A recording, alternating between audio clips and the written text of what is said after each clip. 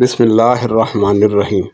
حضرت ابو ہریرہ رضی اللہ تعالی عنہ سے روایت ہے کہ نبی اکرم صلی اللہ علیہ وآلہ وسلم نے ارشاد فرمایا کہ اللہ تعالیٰ ارشاد فرماتا ہے، حدیث قدسی، میں اپنے بندے کے لیے ویسا ہی ہوں جیسا وہ میرے متعلق خیال کرے، اور جب وہ پکارتا ہے تو میں اس کے ساتھ ہوتا ہوں۔